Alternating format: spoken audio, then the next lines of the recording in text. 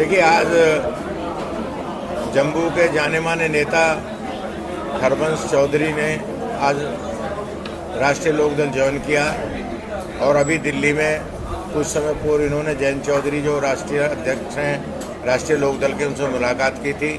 आज ये अपने सैकड़ों साथियों के साथ इन्होंने राष्ट्रीय लोकदल को ज्वाइन किया और पार्टी ने, मैंने खुद इनका, ये हमारे अध्यक्ष हैं जम्मू कश्मीर के डॉक्टर जहूर अहमद, आज हम लोगों ने तय किया कि हरबंस चौधरी को जम्मू प्रोविंस का राष्ट्रीय लोकदल का अध्यक्ष नियुक्त किया जाता है। इनको प्रेसिडेंट बनाया गया और पार्टी को बड़ा करने के लिए किसानों को, नौजवानों को, मजदूरों को, सबको जोड़ना होगा।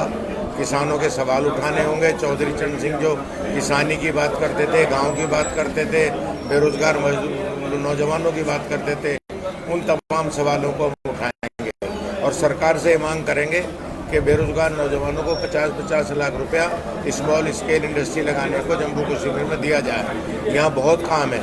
यहाँ गेहूँ से तमाम चीज़ बन सकती है, चावल से बन सकती है, यहाँ सेब का इस्तेमाल हो सकता है, सैफरन का हो सकता है और जो काम हाथ से हो सकता हो, साबुन, कपड़ा, जूता, दिया सलाई, माचिस, मोमबत्ती, कॉपी, किताब, ये सब हाथ से बननी चाहिए, जिससे कि बेरोजगारी कम हो, रोजगार बढ़े। चूँकि हिंदुस्तान में रोजगार कम है, बेरोजगारी ज़्यादा है, उसको ख़त्म करने के लिए हाथ के काम को बढ़ावा देना चाहिए। यही बात महात्मा गांधी कहते थे, यही बात चौधरी चरण सिंह कहते थे कि हमें हाथ के काम को बढ़ावा देना है। तो हम जम्मू कश्मीर में ये कोशिश करेंगे। और जयंत चौधरी जो हमारे राष्ट्रीय अध्यक्ष हैं, वो स्किल डेवलपमेंट के मिनिस्टर हैं, एजुकेशन के मिनिस्टर हैं। तो जम्मू कश्मीर में हम यहाँ नौजवानों की स्किल डेवलप करना, एजुकेशन में जो जितना भी सुधार हो सकता है, बॉर्डर के गाँव में जो हो सकता है, वो रात दिन बॉर्डर पर रहते हैं। सेना तो मेरा एक सवाल रहेगा, चौधरी चरण सिंह जो है वो किसानों के नेता रहे जी, और जिस तरह से किसानों की हालत हुई है, वो एक जो है मिनिमम जो है गारंटी चाहते थे कि खेती जो काम है, खेती का काम जो है वो घाटे का सौदा है।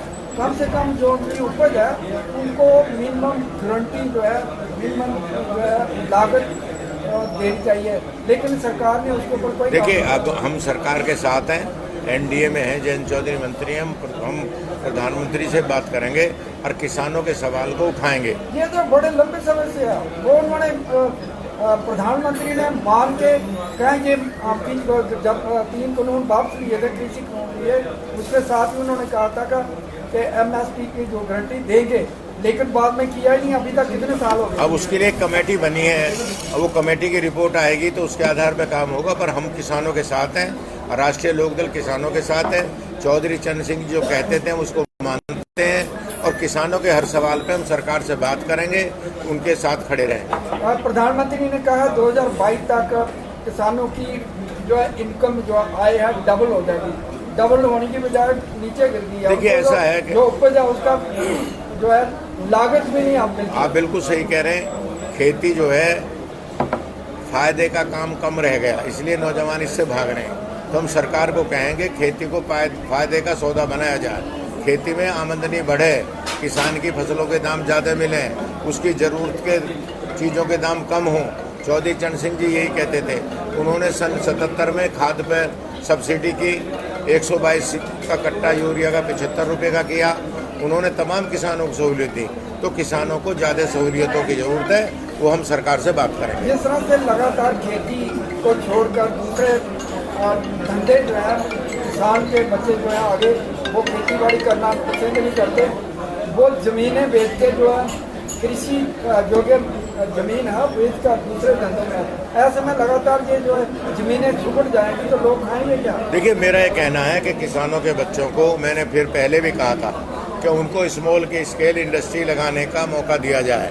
किसान का बच्चा अपने 12 पे, अपने हाथे में ऐसा काम करे कि अगर खेती कम होती जा रही है, खेती बढ़ती जा रही है, क्योंकि जब आबादी बढ़ेगी तो खेती कम होगी, तो उसमें उसके बच्चों को रोजगार देने का एक ही तरीका है कि खेती पे आधारित उद्योग लगाए जाएं।